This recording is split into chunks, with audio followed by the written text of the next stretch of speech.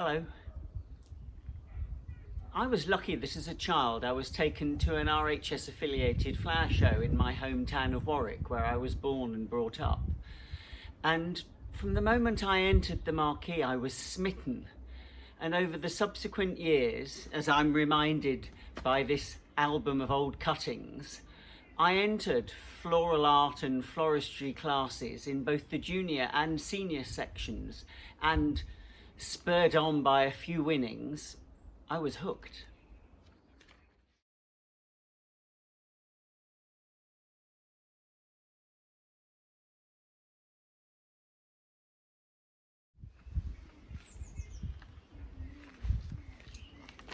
So, since the age of 7, I've known that I wanted to work with flowers, and now, age 53, I consider myself so fortunate to still be earning my living as a florist.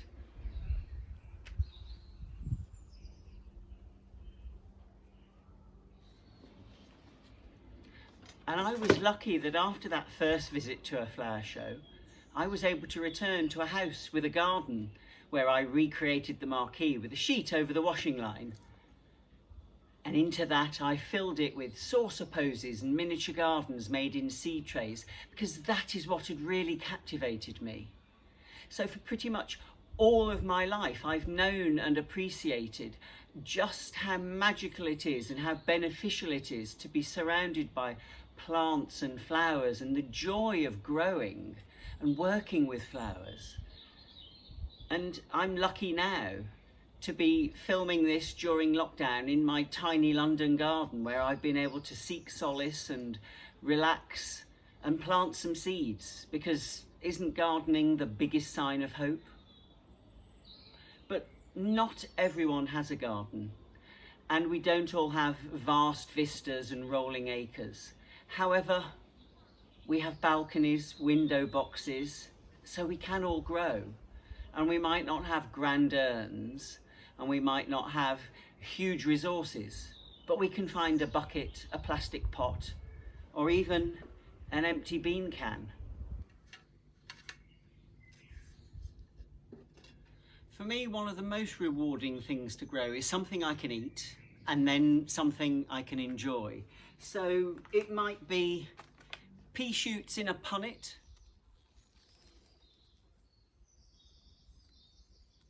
which become the most delicious things that you can harvest 3 or 4 times, and then that goes into the compost. Or it might be an old olive oil can planted with beautiful basil. And I only sowed these a week ago.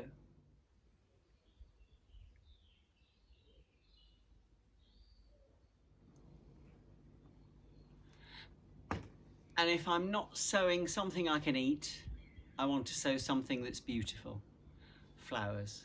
But I want to sow things that are easy and that are really quite satisfying quite quickly. So things like nigella are brilliant.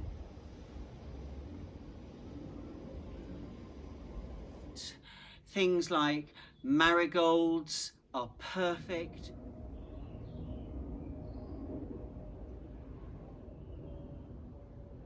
Cornflowers, all of those things that will grow and become a bunch. That's what I want. And if I sow seeds or buy small plug plants, these will be the sort of thing that will be flowering in 6 or 8 weeks' time. That is so satisfying.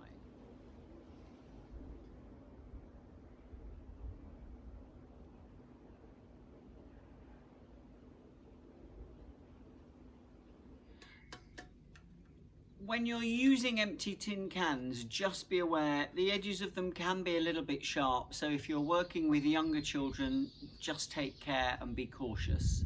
And the first thing you need to do, having removed any labels and rinsed your can, is bash some holes into the bottom using a nail and a hammer, or if you've a drill, get someone to drill some holes. It's essential because this will help with drainage once we start planting.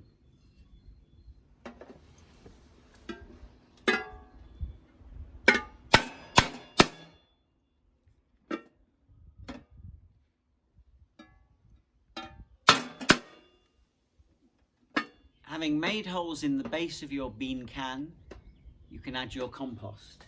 And I like to use a peat-free compost. Whatever you can get hold of. It's quite challenging at the moment, but there are some brilliant mail order companies that will be able to supply you with compost. And you want to make sure that your can is filled up to pretty much a centimetre or so from the very top. I want this to grow into something that becomes a beautiful bunch. So therefore, I'm going to pop in a little calendula. That's the pot marigold, which has wonderful bright orange flowers, and a cornflower.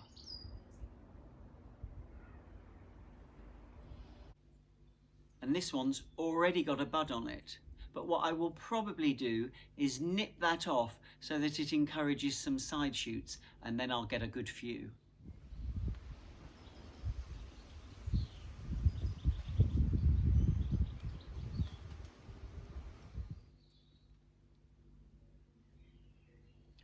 Because the container is relatively small, I'm chancing it, so these are going to have some feed. So I'm planting each of them at the far side, not hard up against the edge.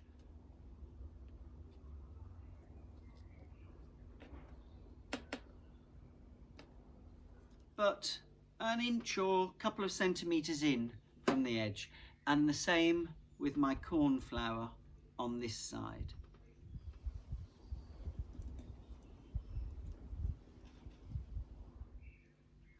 Firm them in, and I'm going to give that a good water and pop it somewhere sunny and keep an eye on it.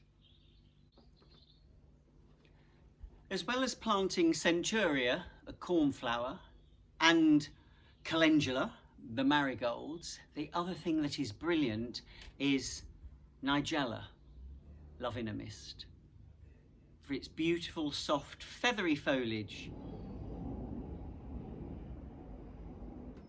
And within a few weeks, with some diligent watering and some words of encouragement, you may end up with some nigella,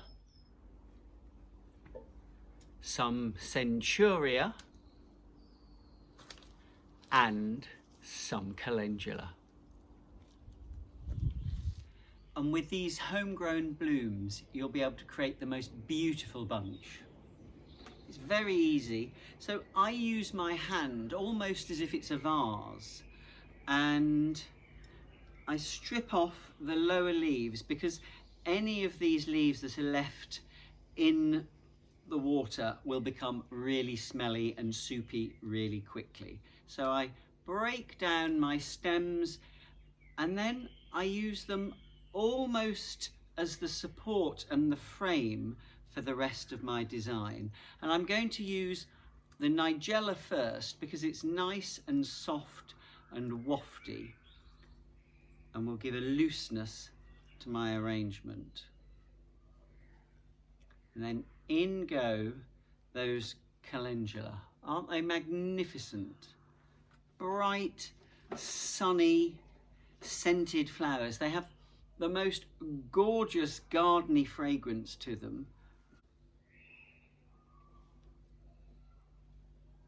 Just add them in loosely to create a nice, soft, rounded shape. And then our star performers, these cornflowers, centuria, that I'm threading through. And once you're happy with your arrangement, take some twine or string or wool. I've got some paper covered wire. Wrap that round and then twist a couple of times so that it's good and secure, and then snip that off. Once your bunch is securely tied, you need to trim the stems.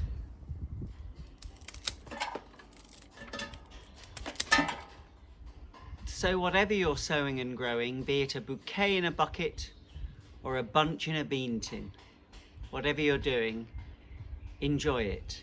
Unleash the power of the flower. Keep safe. Thanks for watching.